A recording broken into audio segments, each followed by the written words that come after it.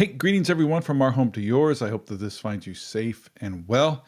Today, I would like to take a slight detour from what we usually talk about and not talk about the things Jesus said, the lessons that he taught, or the stories that he told, and stick with the idea that we are still in Lent.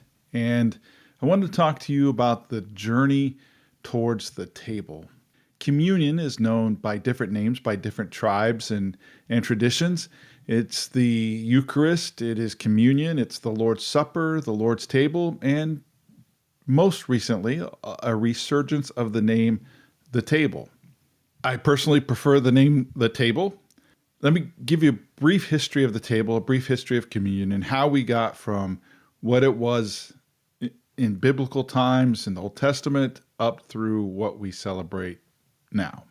Believe it or not, the first mention of the table is in Genesis 14:18, which says, Melchizedek, king of Salem, brought out bread and wine. Now he was a priest of God Most High. And this is the first place where we see the idea of bread and wine being used in a ritual honoring God.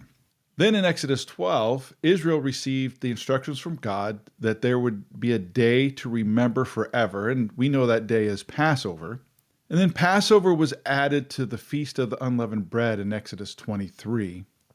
And then in Luke 22, we see Jesus becoming the Passover. He takes the bread and breaks it, and he says, "This is my body broken for you." And he takes some wine and says, "This is my blood poured out for you." So the church adopted this celebration that Jesus instituted on the Passover just shortly before he died. And for basically the first 300 years, the celebration of the bread and the wine, or the table, the Lord's table, the Lord's Supper, the church did this along with an agape meal, meaning that the church would come together in someone's home and they would share a meal. And Paul talks about that, some of the abuses of that sharing of that agape meal. And they ate together, and then somewhere during or after that meal, the agape meal, they celebrated the Eucharist, communion, the Lord's table.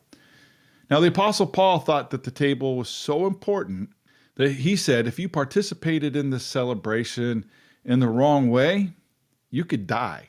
That's powerful. Now, the context of his warning really had a lot to do with fractions and disunity in the church, but he said if you take this in the wrong way, you could die. In fact, that's why many of you are sick and dying. Did anybody in the Bible say that about worship songs or a sermon?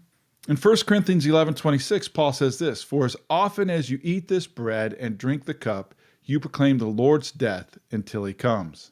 There was a time when people would argue that maybe when he was talking about this particular bread and this particular cup, that he was talking about the Passover. And so he was telling his disciples that when the Passover comes, that they were to remember him. However, they didn't see it that way. So we shouldn't see it that way either, because they instituted this to be done every Lord's Day, which was what we call Sunday. And the first 1,500 years of the church, the table was the center of all Christian worship. I mean, all Christian worship. We were still really kind of one church then. Then as we fractioned, things started to change. And then about 500 years ago, the table was removed from the center of worship, and the center became a pulpit. And now the pulpit is shared with a worship team as the central part of Christian worship. In fact, I've never heard anyone say, you got to come to my church because we celebrate communion every time we meet, or you got to come to our church because we eat an agape meal and then we celebrate the Lord's table. No, it's always, you got to come to my church and listen to our worship band, our worship singers off the hook, and our pastor preaches a great sermon. And so now in a church, a typical American church here in the U.S., the most mysterious, the most intimate act of worship and celebration has been relegated to something we do once a month because it's in our bylaws, if we're lucky. I believe that the more that we push the table away, the more what we call worship will become a show. And I think that's coming true. But we can change that.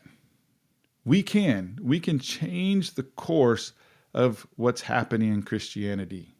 We can push the table back into the center of worship, take away the pulpits, put in some tables, and I guarantee you, once you start doing that, you won't have enough tables, and so you'll have to build bigger tables. I guess what I'm saying is, I think we're missing the point in all of this. I think the point was when Jesus said, "This is my body broken for you, this is my blood poured out for you. When you do this, remember me."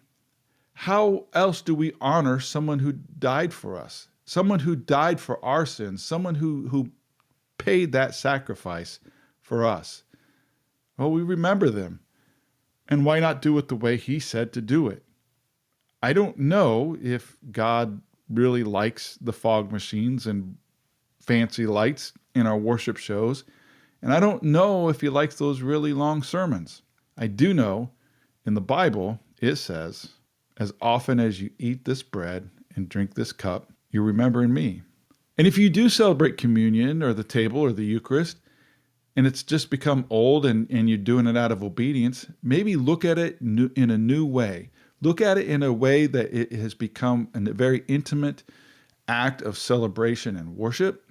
Move from that act of obedience to an encounter with God, an encounter with Jesus. And remember what Jesus has done for us.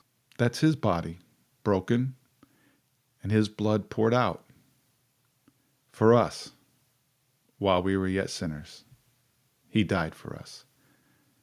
God bless you. Grace and peace to you. Have a great week.